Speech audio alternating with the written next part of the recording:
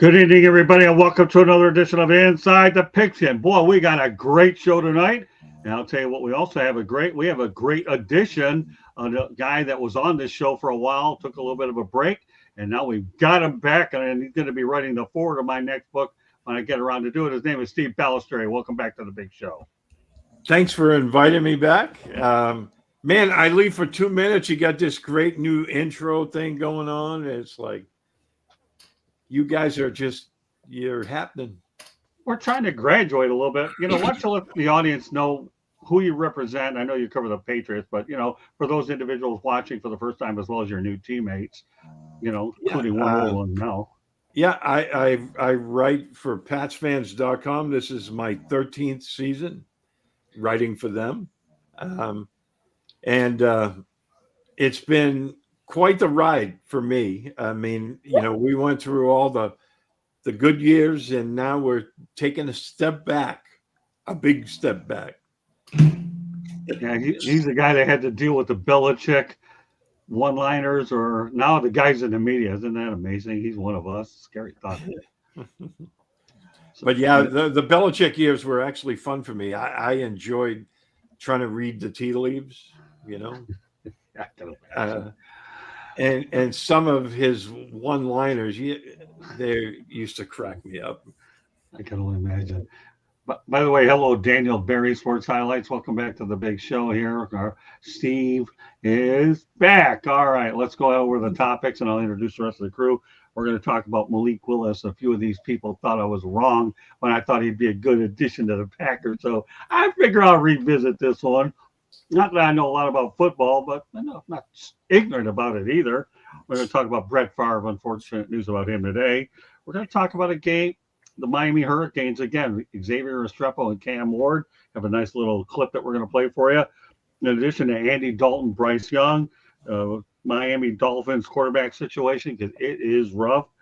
And we're going to talk about the United Football League and Coach Bono. We get to go back to Florida State, don't we? Our favorite Florida State guy. If you've never heard a rant before from a guy like this, guess what? If there's a good Florida State rant, I'm going to make sure Coach Bono entertains you by saying what he thinks. And let me tell you, he's come a long way in the broadcasting business, a far cry from the coaching business, away from his days with the Rams. He's gone to the dark side now. Yeah, I truly have come to the dark side. Yeah, he's made a lot of progress, Steve. Let me tell you, this guy. So, all right, to the left of me, Bo Crouch. Football Talk with Bo is back. Thanks for having me on, guys. You're welcome. Mel Farr Jr. What's going on, folks? Us. Coach Bono. Good to see everybody. Good to see you, too. All right, let's get right to it. We're going to revisit the Malik Willis situation. He's now 2-0 in place of Jordan Love. Coach Matt LaFleur says, I cannot articulate the job he's done in a short period of time. People can't fathom that. I promise you. So here's the thing. Let's talk about the tail of the tape when we talk about Malik Willis compared to Will Levis. For Malik Willis, he got 275 yards, 2 touchdowns, and no turnovers. Okay. Quarterback rating of 120.9, and of course a win. Okay. Tail of the tape with them. Let's go to Will Levis. Total yards 272. Total touchdowns 2. No problem. Turnovers 3. That is a problem. Quarterback rating 92.8. And guess what? He lost. So, Coach, I remember that you weren't so excited about this move when I talked about it. Were you? What do you think about it now?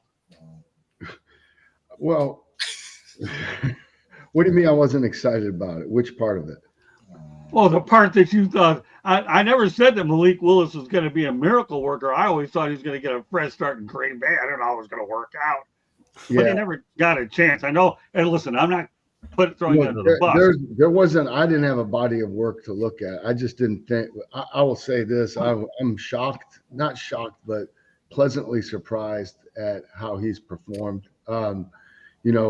Good teams can plug and play players and still win ball games. And when one of those players is the quarterback, I think you have to give a lot of credit to Matt LaFleur and his offensive staff and the scouting staff for recognizing that not only the talent that the kid possesses, but them putting a plan together to highlight those talents and letting him kind of play within himself and stay within his game. They're not asking him to be Jordan Love, and they're not asking him to do Jordan Love things, so they've kind of catered that offense to him, or, modified it around him, and it's working because they have enough solid pieces. So I think that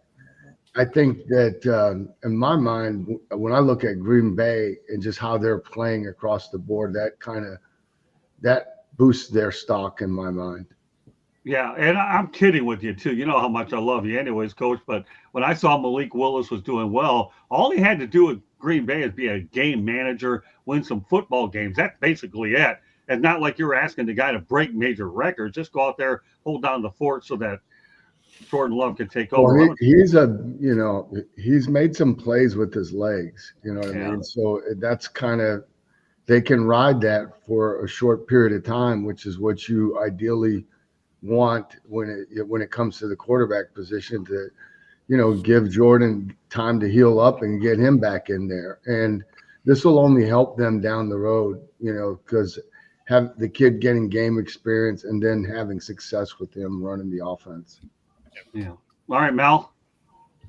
Yeah, I mean, I didn't see it coming either. I didn't have a lot of body of work that was good. I mean, I've watched the kid play in high school, watched them do the spectacular in college.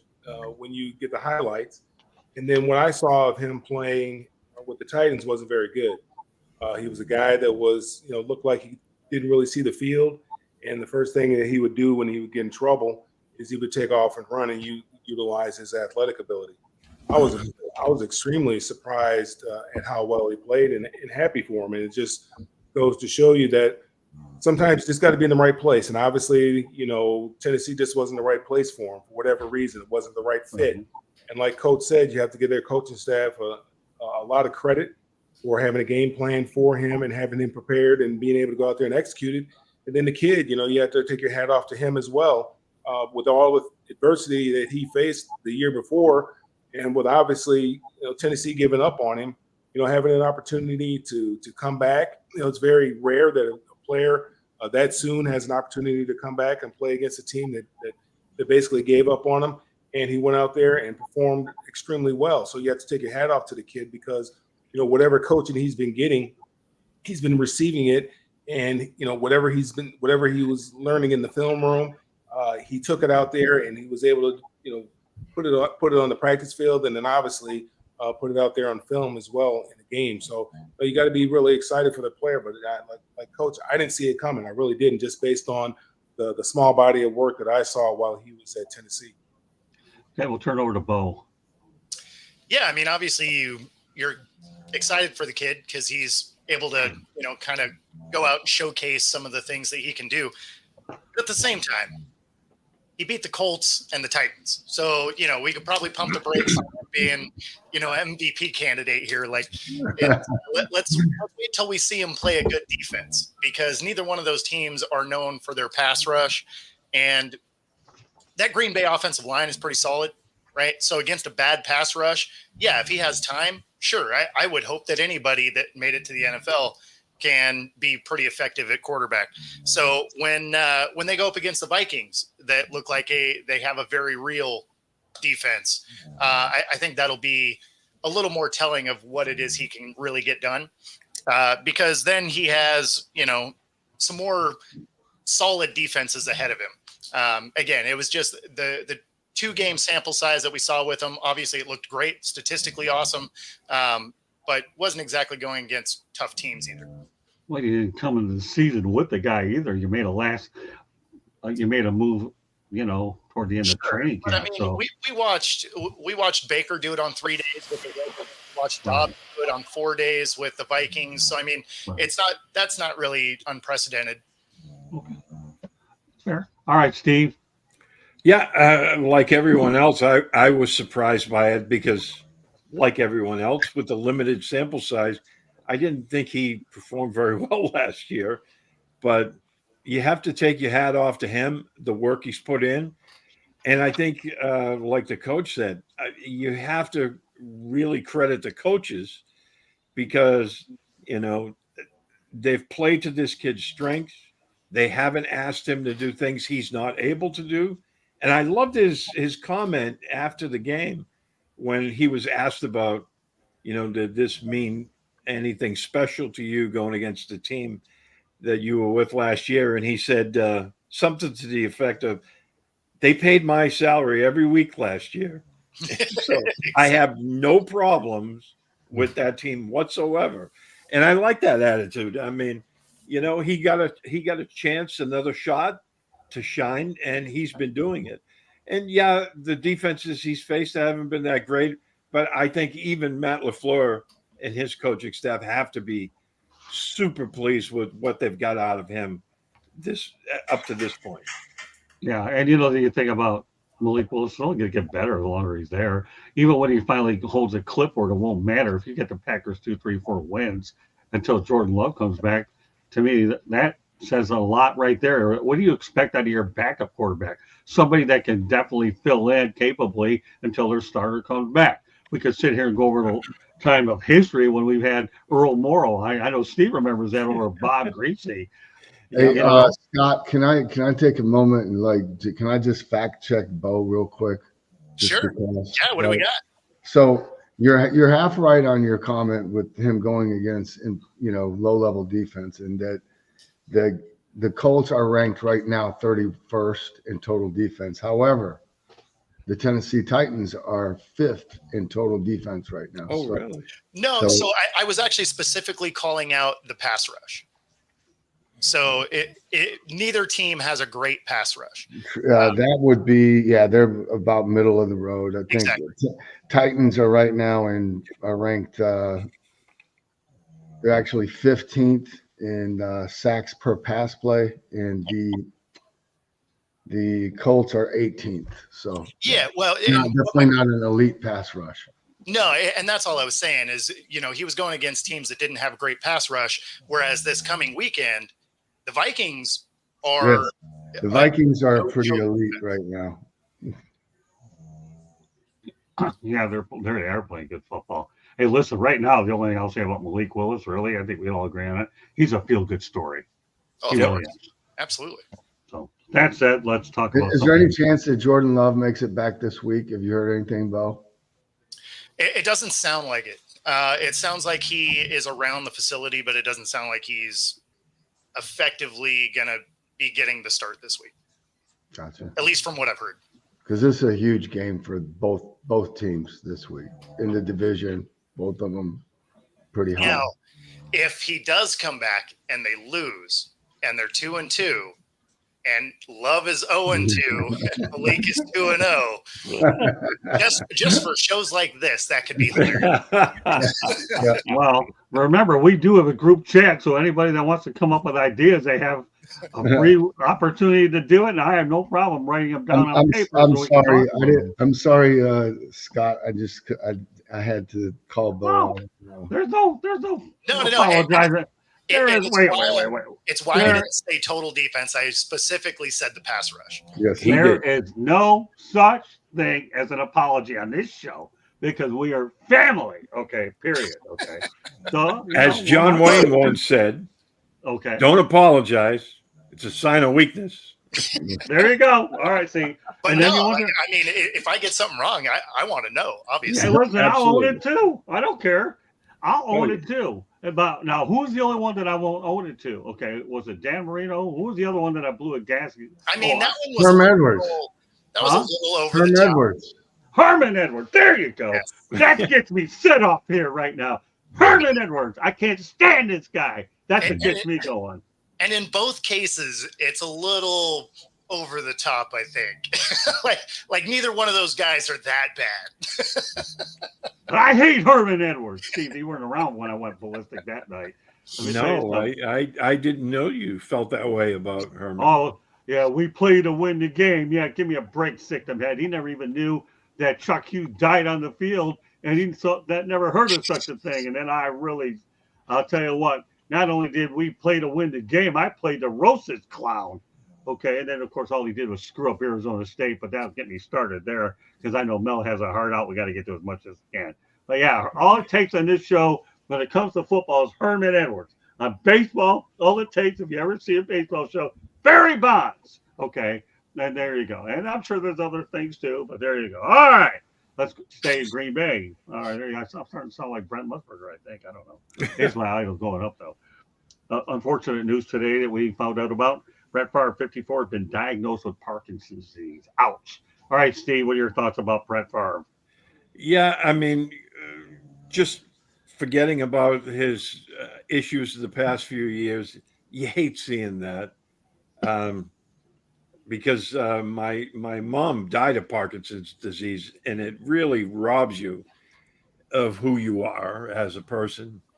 And I wouldn't wish that on anybody. And I hate hearing that about Brett Favre. He's always been one of those larger than life characters.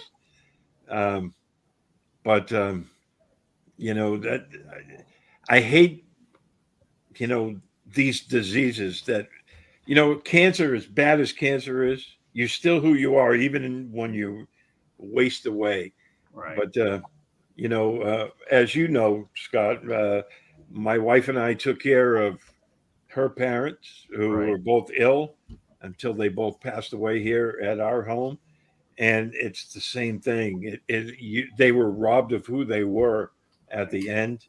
And I just absolutely hate hearing that. Well, we got some activity in the chat room, Steve. That's another thing that's changed about this show. Good evening, Blows.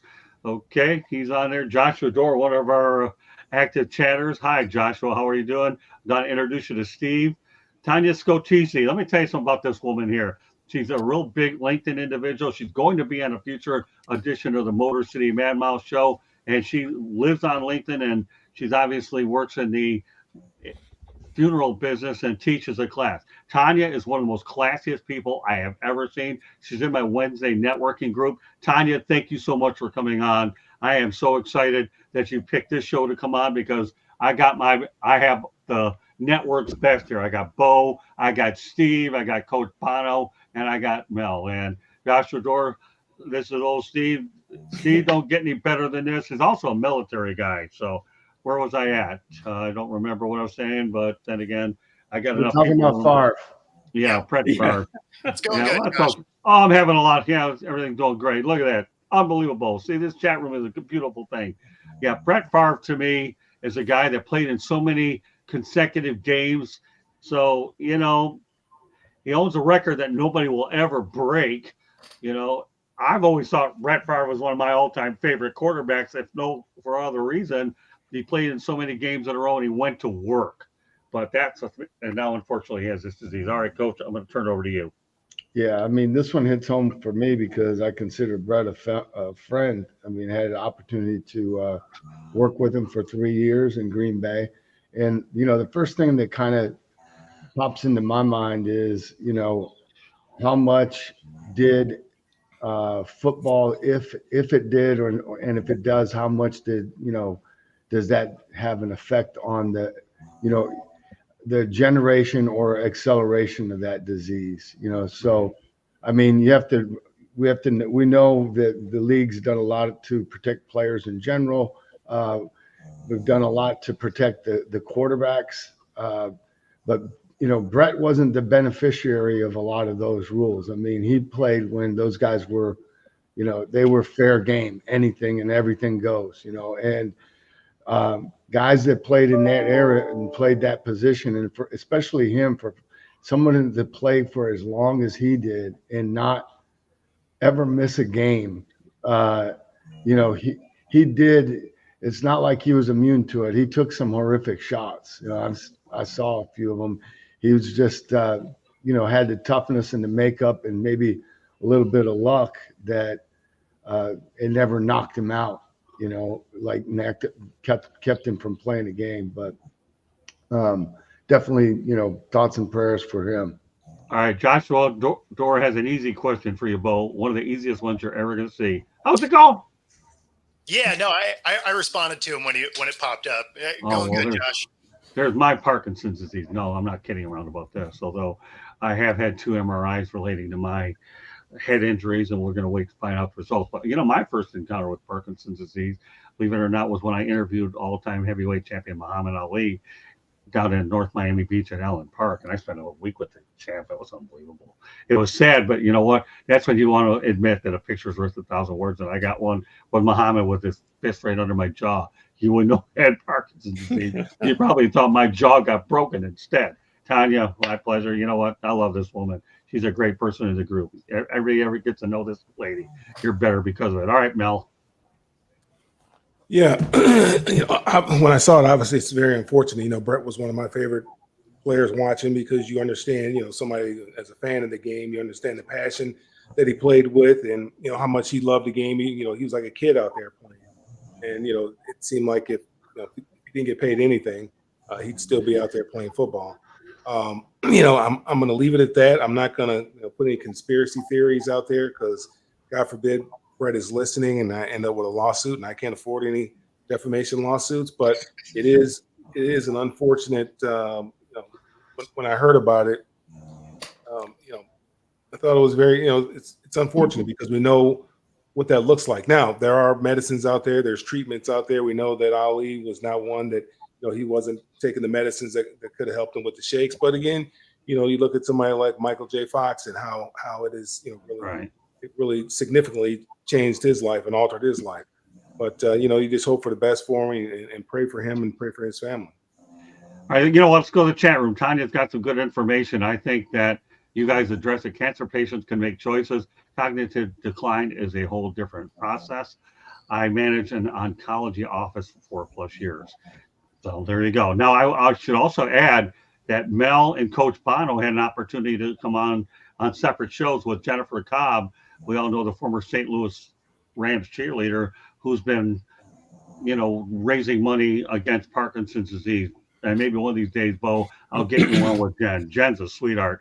I remember we all had a good time, right, Mel and Coach Bono? She's an unbelievable person, and she does some great work. So, all right. So, Bo, some of your thoughts on Brett Favre?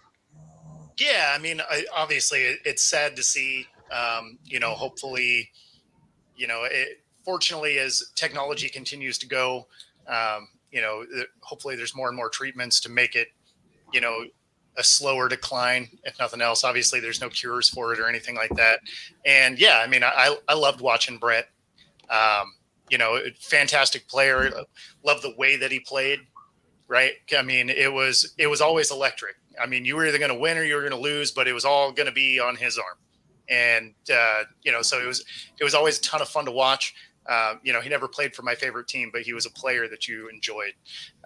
So this is something you never want to see. And it doesn't matter if it's an athlete or just somebody down the street like that. This is one of those that you wish nobody got. Well, Candy, speaking on behalf of the South Florida Tribune, the gunslinger. There you go. There's no doubt. So with that said, I guess we can all agree that every quarterback should have a great receiver, right? A good top-notch receiver, right? Yep. Don't you guys? It doesn't hurt. All right. Well, guess what? Cam Ward got one. Here's a guy, watch Miami clobber my alma mater, USF, 50-15. Oh, I mean, I guess I wasn't going to lose either way. But you know what? When you see Cam Ward, it's a treat. And Xavier Restrepo's a guy I've spoken to often before. So you know what we're going to do? Cam Ward's numbers up to this point are 89 for 123, 1,439 yards, 14 touchdowns against 2 interceptions. If that isn't good enough, well, it is good enough. His favorite receiver is a guy by the name of Xavier Restrepo. 20 receptions, 362 yards, 5 touchdowns, 18.1 average. But you know what the best part about it is? Xavier Restrepo has gone ahead and caught a touchdown pass in every game, and he had 2 and 1. Candy, roll the tape. Hey, Cam, I know the first 3 games you and Xavier Restrepo have been good friends. You've connected on touchdowns every game. So how well is your chemistry developing with Xavier Restrepo? You guys seem to hit the end zone once a game at least. It's real good, especially where we started from in the spring. Even through fall camp, me and him had some bad days together, just not seeing the field. But we honed in on that, and every time we watch tape, he's always there. He's the first one there. Whether we're watching 2 times a day or 3 times a day. So, his schedule is hard, but he always finds time to do it. And I think that's why it's showing off for him on the field. And, he just knows, like, the spaces where we need to get to, whether it's man, whether it's zone. Like the one we ran today, it was zone, and he just dropped stuff. We worked out in practice every day. So I think all the practice stuff paying off, and that's why he's doing so good. All right, Bo, what are your thoughts about my question towards Cam Ward? What was the question itself? Well, talking about his favorite target, Xavier Restrepo, and what it means to be able to have the constant continuity that he has working with him on a regular basis. I mean, reps matter, right? That's one of the things he was talking about in your question there was, just the amount that they're doing reps during practice. And I mean, when it comes to game time chemistry, nothing beats a lot of reps in practice. Steve? Yeah, from what I've watched of that kid, I mean, he is pretty dynamic, and I was excited to see, what he was doing on the field. I obviously want to see more of it. I haven't caught many of Miami's games, so hopefully we'll see them on TV more and more. And I think that kid has a bright future on Sunday. Okay. Coach Bono? Well, I'm really impressed with Cam Ward and his answer. I think that's the type of attitude and leadership. Like he was mentioning on the fact that, Xavier's schedule is busy, but we always find time to do it. Right. That's the thing kind of resonated with me. And to me, Cam's the one that's initiating this. He's the catalyst for it. He's the quarterback.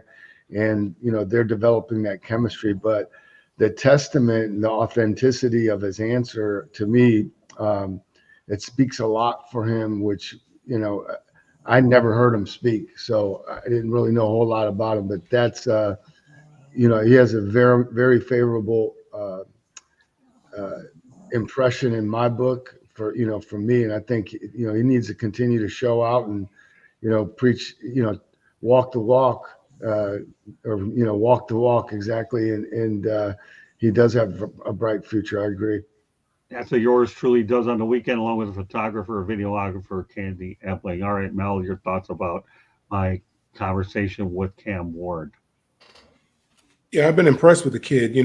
This is his third stop. I really never, to be honest with you, I never seen him play.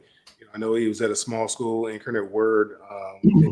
He transferred to Washington State, and then I think he was like the number one guy in the portal or something like that. Tammy was able to grab him, number one quarterback in the portal. And so I really, I was kind of, I like Miami, and I think college football is better when Miami is relevant.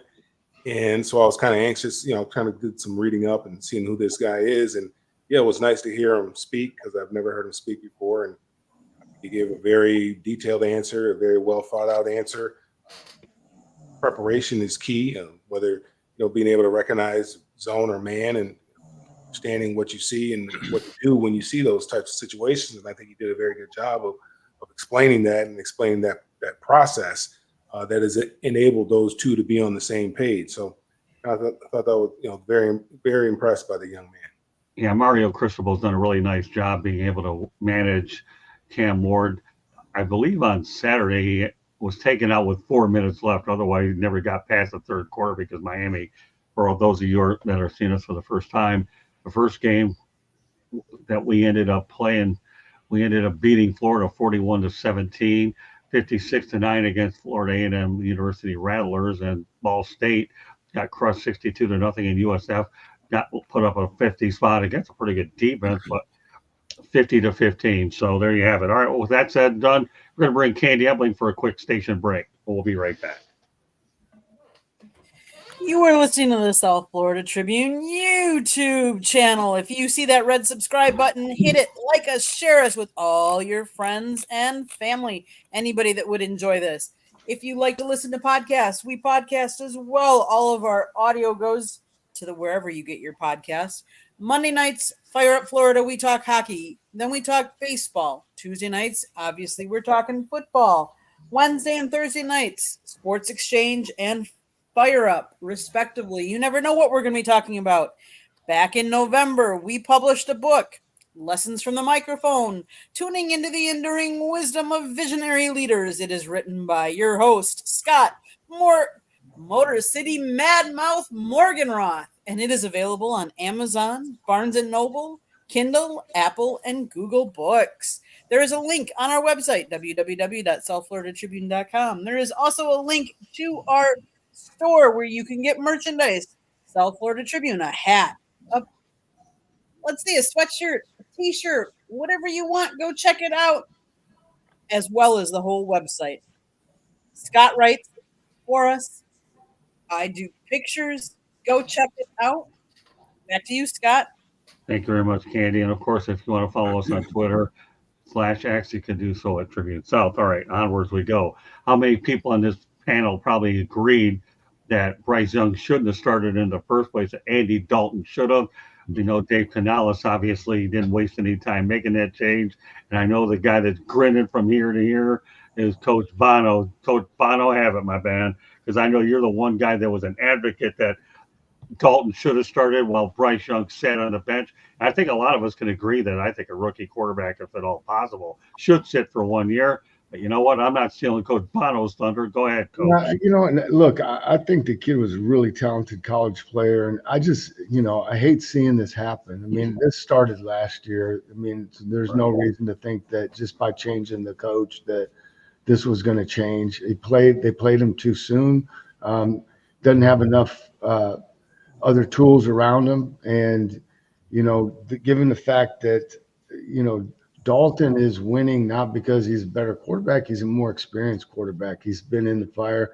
I mean, at this stage in his career, if it was up to physical skills, I mean, they're not even close to the same.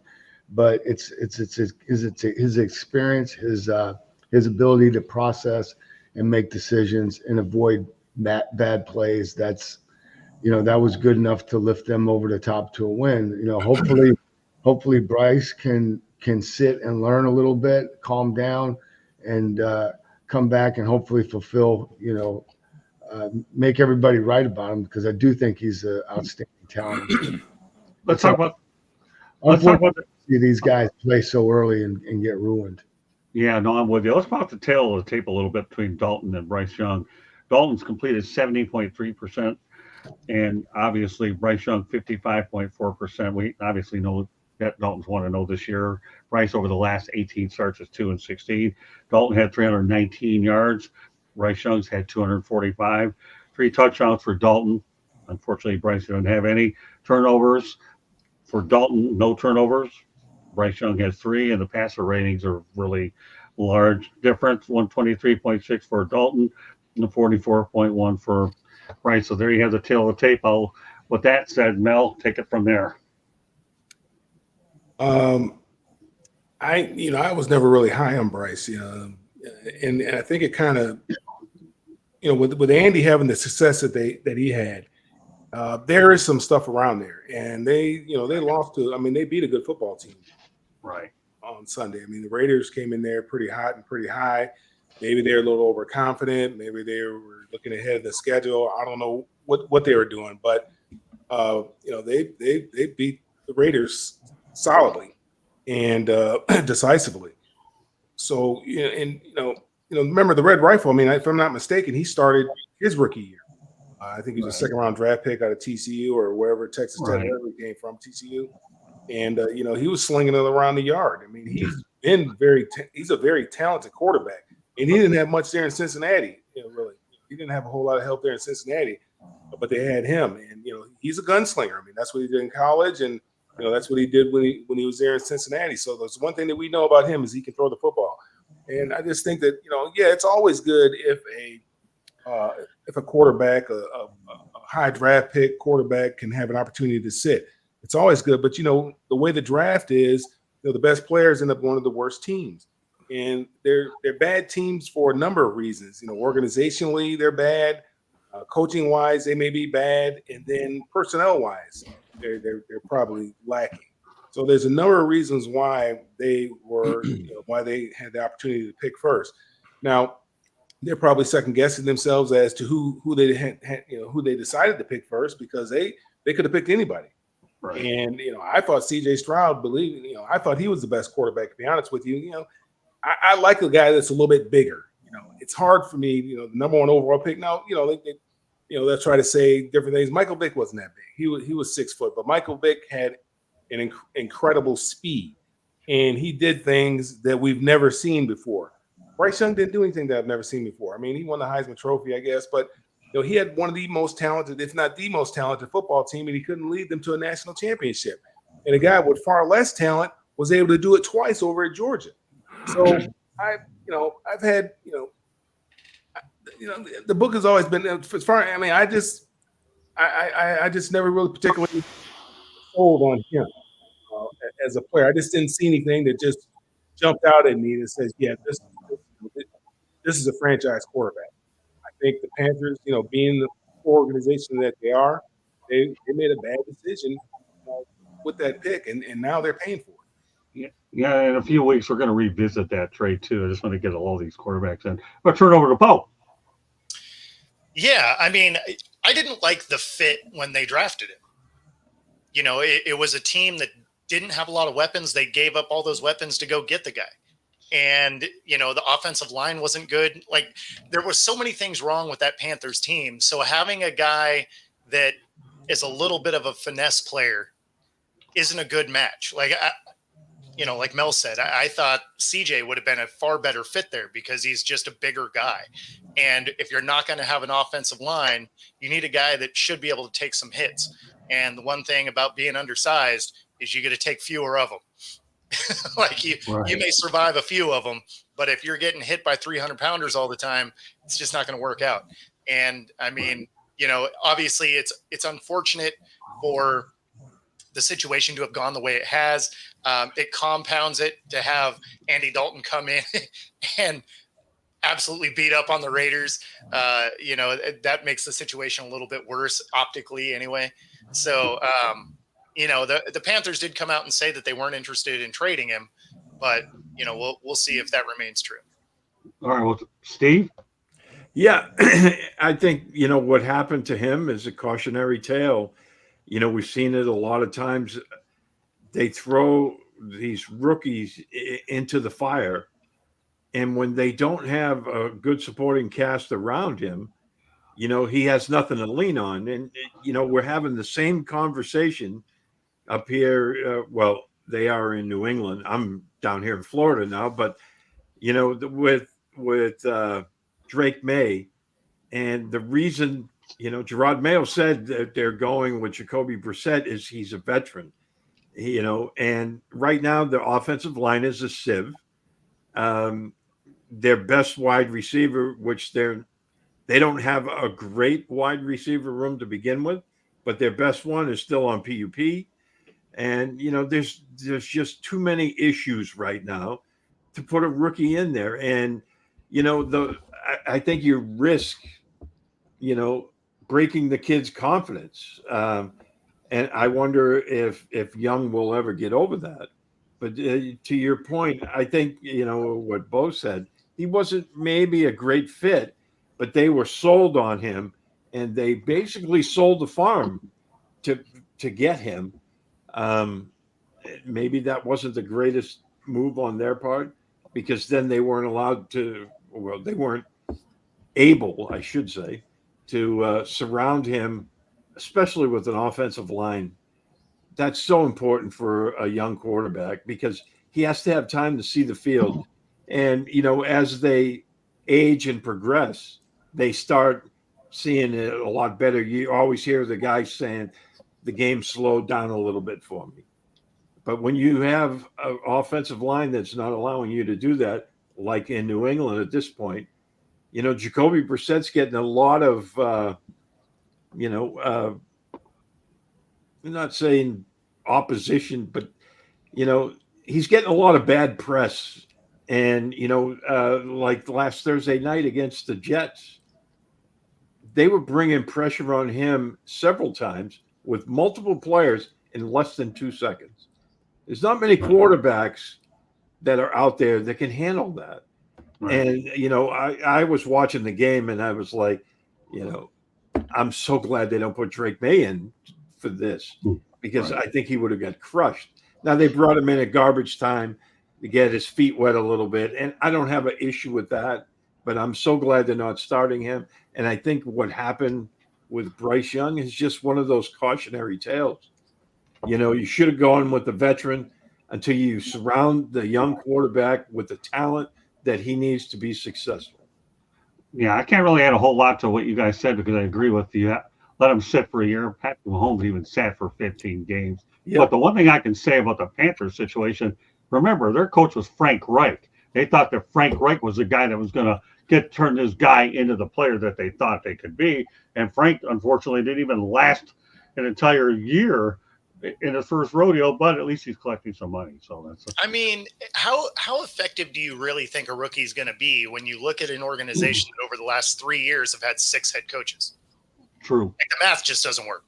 No, it doesn't. And then you had Jim Caldwell as an offensive coach too, and he's had some good success. You had Jim Caldwell, Frank Reich, and unfortunately, at the moment, it looks like Bryce Young's confidence is suffering a little bit. If the Panthers trade him, then they really look worse than they already look now because they gave up the farm to get him.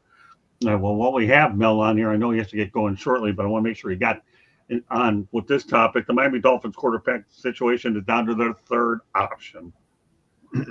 We all know that Tua was on injured reserve, although I think he'll be on there a lot longer. Skylar Thompson injured his ribs on Sunday versus your Seattle Seahawks, Bo. Okay, Tim Boyle replaced him. Tyler Huntley looks like the likely starter, according to Coach Mike McDaniel. Boyle will back up. Tua, to me, is in limbo. So, really, I guess the question is, what should Tua do, and what's going to happen with that Miami Dolphins situation quarterback-wise? You know what, Mel? I'm going to lead off with you this time. Well, Cam is out there. I don't know if he's still in shape or he's smoking cigars all the time and drinking wine, but I mean, he's out there, or whiskey, whatever he drinks. And Cap is still out there. Right now it's getting pretty desperate for them. Yeah. Tua's going to be out. We know he's going to be out at least 4 weeks, maybe perhaps even longer. Skylar obviously looks like he's has some type of rib injury, but I think that's something that they can manage, to be honest with you. You can put that little numbing stuff in there and he can manage that. It'll be very sore after the games. But make sure he gets that, get that needle in him before and before the game and at halftime. And I think that's something that he can manage. But still, that's problematic for them right now. Tyler Huntley, we know he was a Pro Bowl player up there with Baltimore, but he is who he is. I know he was up in Cleveland during the preseason. I don't know exactly where he was. I think he was on somebody's practice squad, if I'm not mistaken, when they plucked him off the practice squad. So it will be interesting to see. He's got a couple more weeks in the building, or a couple more days rather in the building, so he has an opportunity to learn the offense. So maybe they trot him out there. But I think they have Doyle or somebody else there as well from Tim Boyle. Lions. Yeah, I got Tim Boyle. Yeah, Boyle. Yeah, he was awful in Detroit. So. Right. So so they got problems over there.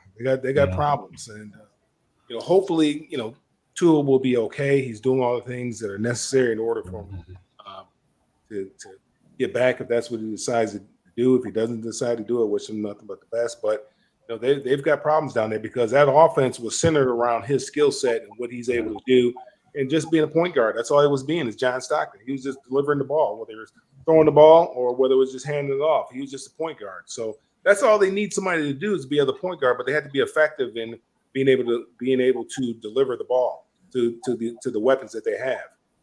Well, Coach Bono's been adamant about this for the longest time on the planet. He wanted Tua to get that contract extension, give him another year. He had another year. They gave it to him anyway. So there comes a time, Coach, and you can just go out there and pat yourself on the back and say, I told you so. Now you can say, I told you so. But what are the Dolphins going to do with Tua out? I think he's going to be out longer than 4 weeks anyways. I mean, they just put him on the injured list. I think they need to go out and get a quarterback. I mean, see if they can trade for one or something. It's too early in the season. I mean, it's only week 3. You see what happened to the Jets last year, and they arguably had a better option maybe even than Dolphins do right now, although that's highly debatable. First guy that pops into my mind is Matt Jones. Maybe Jaguars might be interested in trading him. But there's got to be other people out. There's got to be somebody that willing to. I like Mac Jones. Huh? I like Mac Jones. I do too. I do too. Do you think they'd actually trade him because Lawrence is playing bad enough? They may give Mac a shot. No, that's the franchise. That's the I mean, franchise. they just gave Lawrence a lot of money though. Yeah, They gave they way did, too much yeah. money. that's they're they. It's That's too not late. gonna happen. No, Yeah. definitely not. But Yeah, and that's why they might. Trey Lance is there. I mean, Dallas doesn't need Trey Lance. Yeah. yeah, that's There's true. some familiarity there, with Right. with the coach being there with Trey Lance before. Yeah. I mean, that might be an option for him.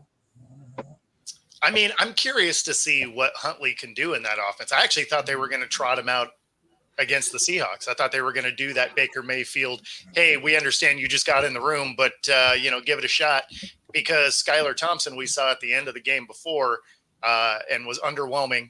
And then Tim Boyle, we've all seen Tim Boyle. So like That's who he I is. would have taken Huntley off of 2 days notice over the two guys that they had. Interesting. All right, Coach Bono, you hit your piece out.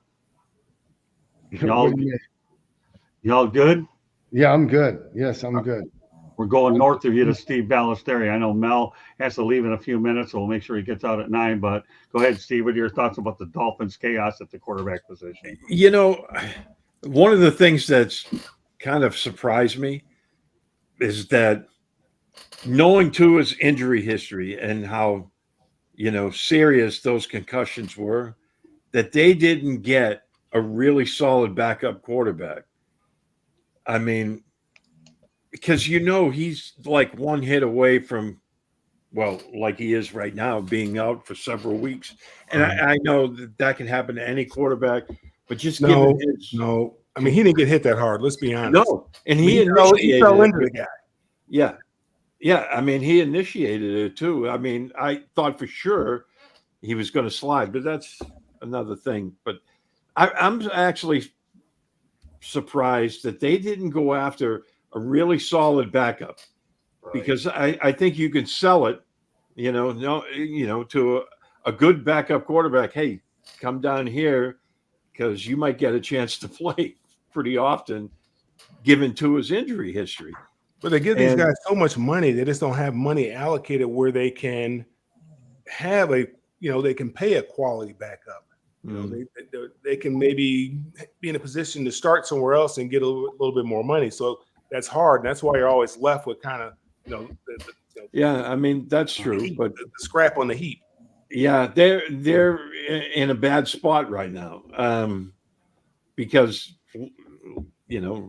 like what was said, they've geared this offense around Tua and his ability. But I think they can adapt if they have a good guy back there. They can adapt that offense because they have some really talented speed guys.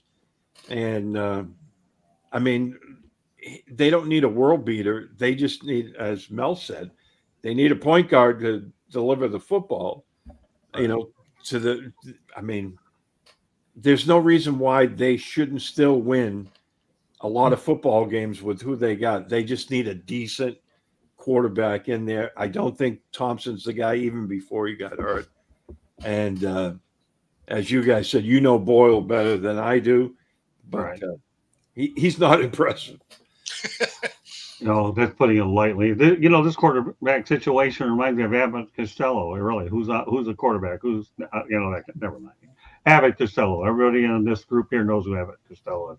Reality is, I'm not one to give Tua advice about retire or not to retire. He's trying to get medical opinions to see what he can do. But maybe Tua ought to think about what happened with Brett Favre today, because that should be a message to everybody playing that position. And we've talked about it many times. Tua's only had one injury-free season. That's it. Dating back to Alabama, and now once again he's on the show. So we know he's not the most durable guy. We could talk about Ryan Fitzpatrick. Boy, I'll bet they wish they had him back then. Maybe Brian Flores isn't so stupid after all, knowing that at least they had a good, solid insurance policy there. So, hey, I wish Tua well. I really do. I don't wish anything upon head injuries. I've said it to other people before, and I'll say it to you guys. I've had head injuries. I'm still dealing with it, and it is not fun. Mel, I know you have to get going real quick, so why don't you let everybody know how they can get a hold of you? You can catch me on all the social media at Melfar Jr. and follow what we have going on for the youth at Melfar Superstarfoundation.org. I'll see you guys next time. Thanks, guys. You got it, Mel. Have Good a to great see you week. again, Mel. Take All it right, easy, take Mel. care. Good seeing you too. All right. Well, now they're down to the four of us. As we talk about Tua, any closing thoughts about Tua at all? You think we've covered it all? Yeah, Yeah, so I mean, he's a very talented guy, but I mean, and far be it from me to tell a guy what he should do with his life, but Right. I think you want to be able to play with your kids and your grandkids. He's still a young guy, and I don't know. I mean, and I know how it works. That desire burns bright, Right. but I think his family needs to talk to him, and it might be best for him in the long run to step aside. Yeah. Well, let me tell you, we're not done with this topic by any stretch of the imagination. We're just scratching the surface. And as time goes on, I think the next checkpoint will be when he's scheduled to come off the injured list. So we'll find out there. so the thing that's interesting about it is this IR trip for him is it really looks like it's the opportunity for him to figure out what he wants to do. Right. And why I say that is because he traveled to Seattle. And so if he was still suffering from concussions, symptoms, they wouldn't have let him on an airplane. So, Right. so clearly that wasn't the case. So him going on IR, I think, is more designed for what's the team want to do, what does he want to do, and honestly, what the league wants to do moving forward. Because if for whatever reason the doctor doesn't shut him down, which realistically probably won't, right? Then the league has to decide: are we making him wear a guardian cap, right? Right. Like there's some elements that I think the league will ultimately get involved in during this process, and I think a lot of that has to do with why he was placed on IR as opposed to he wasn't going to be able to make it back in time. I agree with you, Bo. I think that 4-week period is nothing more just a way to buy time and look for answers. What you're trying to do. Nobody really knows what's going on. I think you're buying time. Ultimately, if you get past the 4-week situation, then you've figured out some things. You talk to medical people, is what you've done. You find out where the symptoms are, and then you've spoken to your family and all that. So, and we're not even going to get into the money situation today. That'll be a topic for another day. But I agree. They're just buying time right now to find out what's what. It's not I think the worst kept secret in this topic is many of us feel we know what's going to happen, but I'm not in the business to speculate at all, and I never will. I don't care if I have to wait a week or two on a topic. I will not speculate. One of the biggest things I talk about in my book here, Lessons from the Microphone, is this, okay? Let me wait. Let's get it right.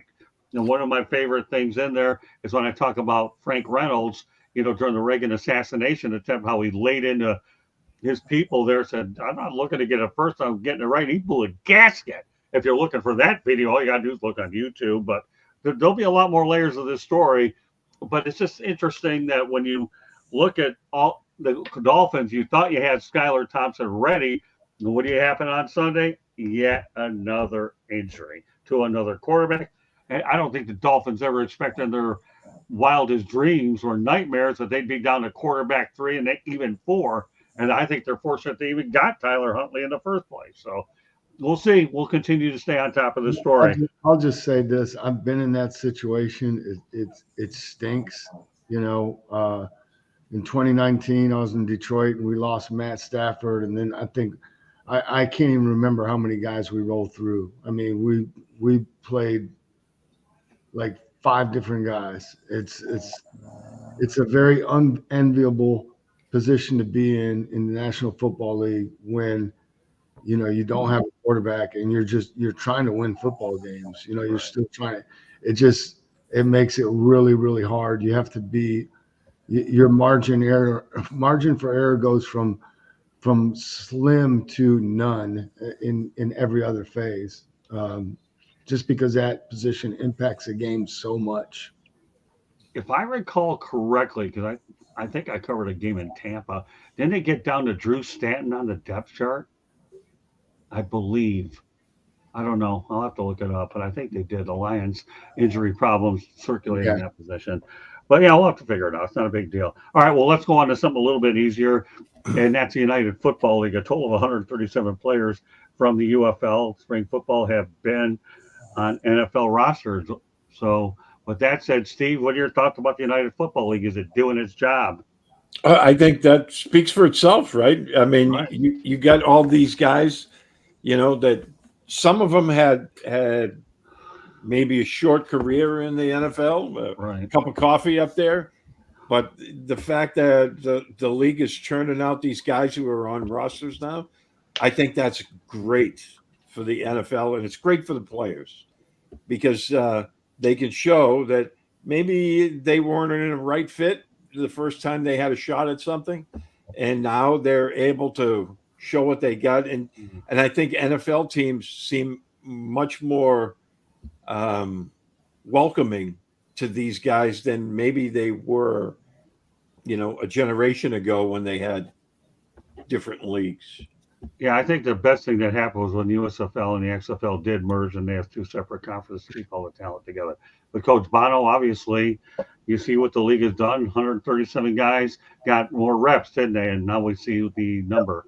And that's really what it boils down to. You talk in scouting, you always talk about, or even coaching, anytime you're evaluating players, you talk about making evidence-based decisions. What do you see on tape? And so anytime a player has opportunity to add to his playing resume, which his resume is his game tape, then that can only help the player, and it helps everybody. It helps those scouts who are trying to, project. Right? It's still not the NFL, but it's a step closer to the NFL than maybe college football. Especially, no one's saying that the Power Fives or the Southeast Conference has the corners the market on NFL talent. NFL talent comes from every level of football. So it is remarkable how really truly no stone goes unturned when it comes to scouting. And, those college scouts, they visit every single school. I mean, that has football. They're going to get somebody in the building to get eyes on every potential prospect because you just never know where the next guy's coming from. Well, it's interesting how you say that, Coach, because you know what? Ken Wisenhunt has been hired by the Memphis Showboats as a new head coach, and he'll start next year. I know Ken Wisenhunt is Who left? Who did they get rid of? I can't remember. I just know Ken Wisenhunt's a new guy, and you know what? Ken Wisenhunt is a proven coach in this league. So. Oh yeah, he'll do well in that league. In fact, I think he actually coached the Titans for a period of time. Look, yes, he did. He did. I mean, that league has no shortage of name, Right. recognition. There's a lot of, look at the guys that are coaching in that league. They're all guys that have had success at either in the NFL or major college level. Yeah. Wade Phillips did a good job getting the list there. So, Bo, what do you think about the job the UFL has done? I mean, it's fantastic because, again, there's a lot of guys that probably have the talent to get to the NFL. That college just wasn't quite long enough for them to get enough reps to be to a spot where they can get up there. And the worst thing about football is, when you get to that spot, if you're not ready right then, it's just over. Right. Mm-hmm. So it's a weird way that football ends. And so it's nice for these players to be able to have another way to continue on because, arena leagues don't really get looked at quite the same. Will they get looked at? Sure. But I mean, it's pretty rare. The CFL or any of the European leagues, I mean, again, eyes are on them, but it's not viewed quite the same. So having something domestically that, they can get eyes on easier, it's great for the players. It's great for the teams. Yeah, the CFL. Scott Bo brings up a great point because if you think about it, baseball's got the minor leagues, right? Basketball's got the G League, plus they've got the European leagues, all that stuff.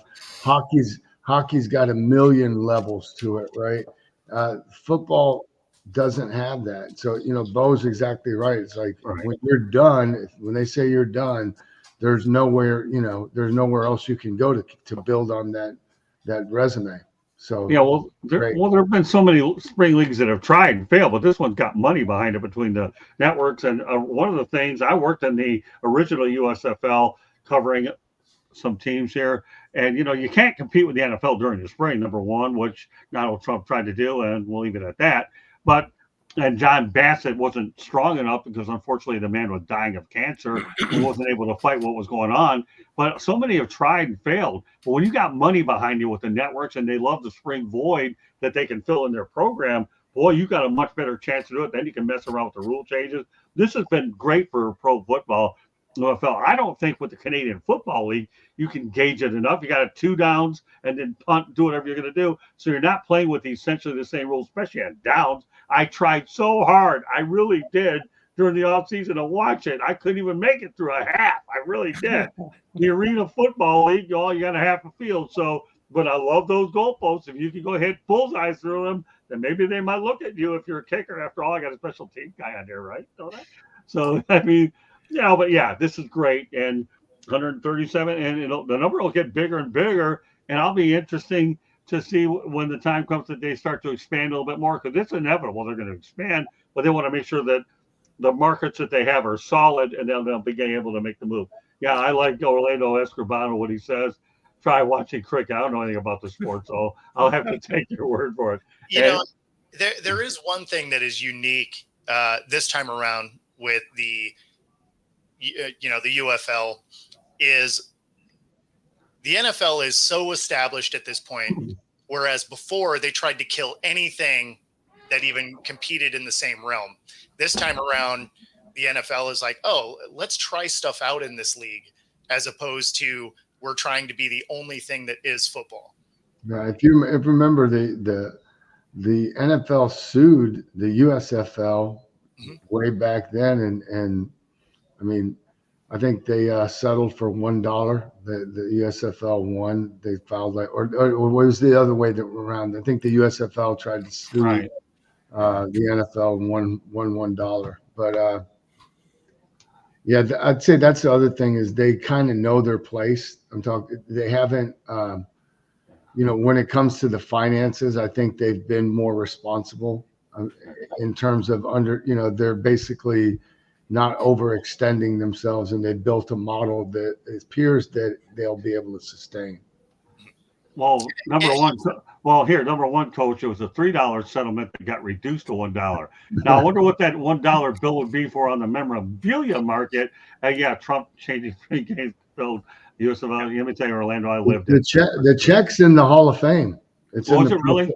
The check is in the Pro Football Hall of Fame. Oh, there you go. So, for those of you who have a digital camera, which everybody does nowadays, take a picture of a piece of history for the most interesting reason on the planet. I'm not getting into the guy that got involved because I don't want to get hammered in social media and everywhere because it's something I should keep my mouth shut about. Steve, and that doesn't happen easy. I know Steve laughs at me every time I attempt to keep my mouth shut. It just isn't easy. Yeah, it doesn't work. No, it doesn't work. Hey, but you know what? The UFL is doing its job. I guess that's the main thing. Well, it's funny because Bo said something that jogged my memory, about players not being ready. And I remember sitting in the room, Belichick talking about, some guys reach their peak in college and some guys don't. And, he said some guys might not be reaching their peak as a player. I'm kind of paraphrasing here, but that's okay. Until a couple of years later. And, he said, we always try to identify guys because there's not much leeway and that might not be ready, but we know we're going to hold on to them and put them on a practice squad because we think this guy's going to develop slower. Right. And, the USFL is helping all the teams with that now because some guys might not have, got a fair shake in college or, their team needed him to play out of position because they were short somewhere else, and it hurt their draft stock. So Excellent point all the way around. Okay. Well, this is the point of the show that Mr. Bono has an opportunity to do a little ranting. And for those Florida State University people that want to listen to Coach Bono, let me set the stage for Coach. Number one, okay, FSU had a 4-game losing streak, okay, and it actually won a game, barely defeated California 14-9. Now, I know Coach Bono is the biggest Florida State University fan on the planet, not. But if you haven't heard him rant before, Steve, I'm setting this guy up to continue to follow up on his Florida State thing if he wants to do it, because he's made himself a folk hero in Tallahassee.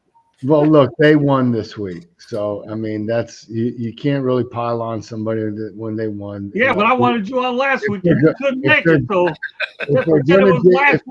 if they're digging themselves out, they still got a long way to go. I think, honestly, I wish I had the clip and had all of the quotes, but Nick Saban kind of put him on blast this weekend. Saban was talking about Florida and Florida State and just kind of how, Florida, as much, he said, it's not always, it's probably not all Billy Napier's. He says he just pointed out to how many coaches that they've had since like Urban Meyer, when they didn't invest in the facilities after Urban Meyer, when really they had their opportunity. And then, Florida State, his knock on them was, how can you develop a culture when you're building your team through the transfer portal? It's one of the things that happens, and you're rolling the dice, when you do that, because you don't know how those kids are going to react. And especially when things get tough and you hit a blimp, you hit a bump in the road. I mean, look, Jay Norvell is a quality football coach. He's proven that over the course of his career. But, obviously there have been some decisions made. They're not playing up to the standard. And when you're the head coach, you bear the you bear the weight of that responsibility. And there's no excuses for it. There's probably reasons, but I tell you what, the people that are donating to that program, that are putting their sweat equity and their hard-earned money into backing it, they're doing it to watch them win. They want them to win. They don't want to just see them play. And so they've still, I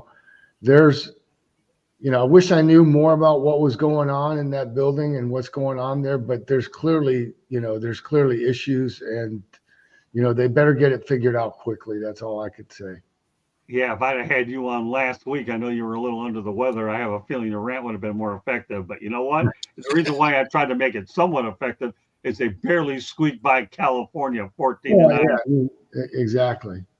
So that's okay, Coach. First of all, the one thing I have to tell everybody, Steve, obviously you're back, and Bo and Mel, but everybody's getting so used to Coach Bono. When he first started with this program, was reserved as you can be, but as time goes on over the last year working with us here, this guy becoming more and more open, and he's developed, and now he has a rant. He's developed a group chat with us. This guy is really coming to the other side. I am so proud of Coach Bono. Okay, we still keep it classy, though, don't we, Scott? No, we do. Hey, listen, Coach Bono is the only one on the planet that could have talked me into getting merchandise, which we did because we love the guy, and hopefully we'll make some money off it before long. I don't care. I love doing it. That's where he works. If you're watching the show, for crying out loud, buy a T-shirt from Scott. Thank you. I appreciate it. All you guys in the chat room that are on here every week, we love you. Just, buy a T-shirt, buy a hat, Yeah. Hey, listen, Coach Bono's becoming a celebrity. I see him getting invited on a lot more shows. He started with us, and he has his own with Bo every Wednesday. What is it, at 4 Eastern time, I think, something like that? Yep. And then, of course, I think it was on some other one with Linda McGrath or whatever that lady was, or somebody. He was on with Mac. Yeah. Yeah. All right, so look at this guy. He's graduated. Here's a guy, folks, that's a cancer survivor. And he's in the book not only because of that, but a lot of other things. And this guy is a motivation to everybody. Steve, I think you and I, we've taken our lumps too, but this guy is an inspiration. So if he tells you to buy some stuff from us, don't argue with us. Yeah, I'm talking to everybody in the chat room. Please go visit Scott's website, click on the, shop deal. It'll redirect you to his team store and pick something out. It's not overpriced either. And I think I think you're running like a 20% discount right now, if I'm not mistaken. Sure. Oh, Kate will get to that in a moment. Look who's back, my friend Tanya Scope DC. She's been hanging in there all day watching it. Man, wait till I bring her on one of these days. I'm going to bring her on a show with this group here. And if she ever wants to come on with us guys and talk football injuries, we'll bring her on. Tanya's a class act anyway. But what a show tonight. A reunited and reunion of Steve Ballesteri. So, Steve, real quickly before we get ready to wrap this puppy up, what are your thoughts about your return? Has this show changed a little bit? Oh, yeah. Yeah, it's changed. It's evolved, and it's great to be back. We had a bunch of stuff going on, as you were aware of, and things are starting to calm down around here a little bit. So I'm able to get out a little bit more. But it's super to be back. I missed you, my friend. Oh, I missed you, man. Hey, D-Lows, where you bang? UCF is the king of Florida, which you should know. Orlando being as your name is Orlando. Let me tell you, Miami, as far as I'm concerned, I'm not going against my Canes. D-Lows, I got to tell you, I got a thoroughbred with Steve. And, of course, we all know that Coach Bono, Bo, and Mel are thoroughbreds. And Travis Holmes when he does get on here a couple times a month. So we appreciate all the kind words in the chat room. And when I talk about a dream team, I've got it in front of me. I had one that just left at 9. And, of course, another one, Travis Holmes, comes on the alternate weeks, and wherever else we decide to bring in from time to time. Once in a while, we bring on Smoking Jeremy B, but, he's all over. But, he's a character in his own right for sure. So was Travis just ducking us because the Jags are 0-3? Oh, yeah. That's exactly. Well, actually, what I decided to do is I'm going to wait for next week so that he can try to answer to what is going on up there. I think he's still hung over from trying to drown out his sorrows. Yeah, that's fair. Did he get Disney over this weekend? I don't even know. But let me tell you something, folks, and trying to keep it serious for just a moment if I'm capable of doing. Everything we've talked about tonight and everything from Malik Willis to Brett Favre, this is all part of football and part of life is what it is. And 2 of the topics or 3 of them involve injuries as well. But you know what? Let's not lose sight of the fact that football is a very dangerous sport and head injuries are a part of it. Brett Favre, I don't know what else to say. I can say he's my all-time favorite quarterback. I'm happy with Malik Willis. And Tua, all I can say is I wish you well. It's not an easy situation to be in where you're at. So that does it on my end. So, Candy, go ahead and take us home. Okay, you are listening to the South Florida Tribune YouTube channel. If you see that red subscribe button, that means you have not subscribed yet. I do not know why. You should get all notifications when we go live. Monday nights we talk hockey and then we talk baseball. Tuesday nights we talk football. Wednesday and Thursday nights, you got to tune in to find out what we're talking about because you never know. It could be anything from football to basketball to hot dog eating contest. Tune in to find out. We also stream all of our stuff on our podcast. So wherever you get a podcast, you'll be able to catch ours. You can go to our website, www.southfloridatribune.com. Link to our store that Coach Bono so graciously helped us and started to try and advertise for us as well. Go pick out some, sweatshirt, t-shirt, baseball cap, you name it. Go pick one out. You can also read Scott's articles, my pictures, all kinds of other interesting things. If you're listening to this show tonight, you like football. So we get the transcripts from the Dolphins, the Jaguars, and the Lions. So go check it out. We also get college football information from the Gators, Florida State, USF, Miami Hurricanes, and FAU. So go check it out. The South Florida Tribune published a book last November called Lessons from the Microphone, Tuning into the Enduring Wisdom of Visionary Leaders. It is written by your host, Scott, the Motor City Madmouth Morganroth. It's available on Amazon, Barnes & Noble, Kindle, Apple, and Google Books. If you want to advertise or sponsor any one of our shows or all of our shows, call Scott 954 304-4941. Back to you, Scott. All right, well done, Candy. As always, with that said, let's go ahead and let everybody know they can almost start off with Bo. Yeah, so you can find me here every Tuesday. Obviously, Coach and I on Wednesdays at 4 Eastern. And you can find me on my channel right there on the screen at Football-Talk. Roku TV 5 days a week. And of course, we have you on Tuesday night. Thankful to do that. All right, Coach Bono, you have the easiest social media, so go ahead. Yep. Find me on LinkedIn. You can find me in maybe your local high school stadium on a Friday night. Otherwise, you can find us here on Tuesdays. And then, as Bo mentioned, with Bo on Coach's Corner on Wednesdays. Thanks for having me.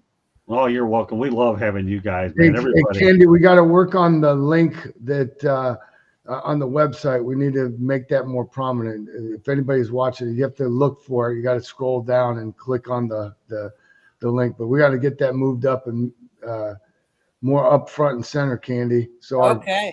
so these people are trying to, and you got to unlock. I was trying to post the link to the store in the chat. It wouldn't let me. I don't know why. Okay. Good to know. All right. With that said, Steve, why don't you let everybody know how they can get a hold of you once it got weird? Ecstatic to have you back. Yeah, I'm on LinkedIn, Steve Balestrieri, Facebook, Twitter at SteveB7SFG. I write for PatsFans.com. I do a podcast with Derek Havens. We've been doing it for 13 years. We have a show coming up tomorrow. So, we'll be talking about the nightmare that's coming because the Patriots travel to San Francisco this weekend. And I have the feeling it's going to get ugly early. You think? All right. Well, once again, I want to shout out to everybody in the chat room. Tanya Scotese has been unbelievable tonight. Then again, I get to see her next Wednesday. So, and as well as all the other individuals that were in the chat room, Feather Freebird, Joshua Dora, who was on earlier, and the rest. So, I want to thank everybody's participation in the chat room. This does conclude this edition of Inside the Pigskin on behalf of Mel Farr Jr., Bo Crouch, Coach Bono, Steve Balestrieri. Welcome back. My name is Scott Morgan, Rock Motor City Madmouth. Thank you for joining us on this edition of Inside the Pigskin. We'll be back next Tuesday night. Good night, everybody, and have a great week.